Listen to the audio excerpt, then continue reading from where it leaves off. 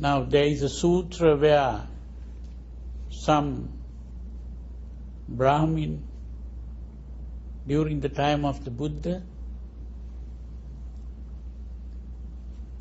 he came to the Buddha and asked a question.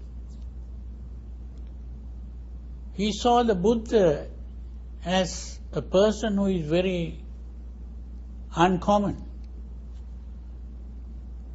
someone very different from the common people. And he asked, "Are you a deva, a god, some celestial being who has taken a human form?" He said, "No." Then he asked, "Then are you a devil who has taken a human form?" He said, "No." "Then are you some kind of angel or some celestial being?" He said, "No." "Then are you a human being?" He said, "No."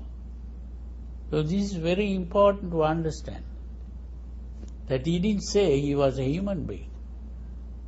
And then this man asked, "Well, you have said no to all my questions. Who are you?" And he said, "If due to the presence of certain conditions, a person could be called a god, those conditions are not present in me. If due to the presence of certain conditions, a person could be called a devil, those conditions are also not present in me. If due to the presence of certain conditions, a person could be called some kind of celestial being, those conditions are not present in me. If due to the presence of certain conditions, a person could be called a human being, those conditions are also not present in me." And he said,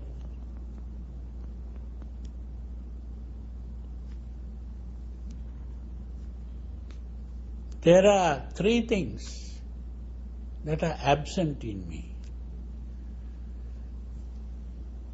lust, which is called Lobha; hate, Dosa; and all selfishness, or the concept I am as a self, that's absent in me. It is like a lotus that grows up in the water, is born in the water, grows up in the water, rises above the water, and stands unsoiled by the water. In the same way, I have been born in the world, grown up in the world, but I have risen above the world, and I stand unsoiled by the world." So this is the ultimate level of evolution.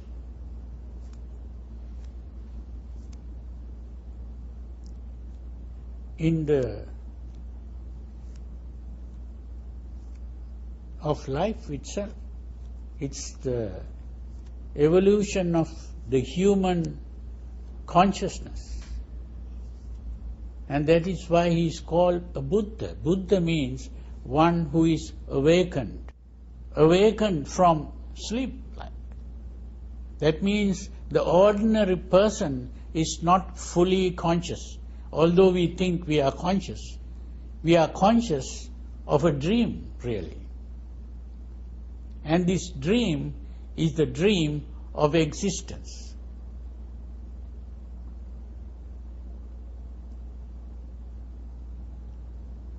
Now, to awaken from this dream of existence is to realize that we do not really exist.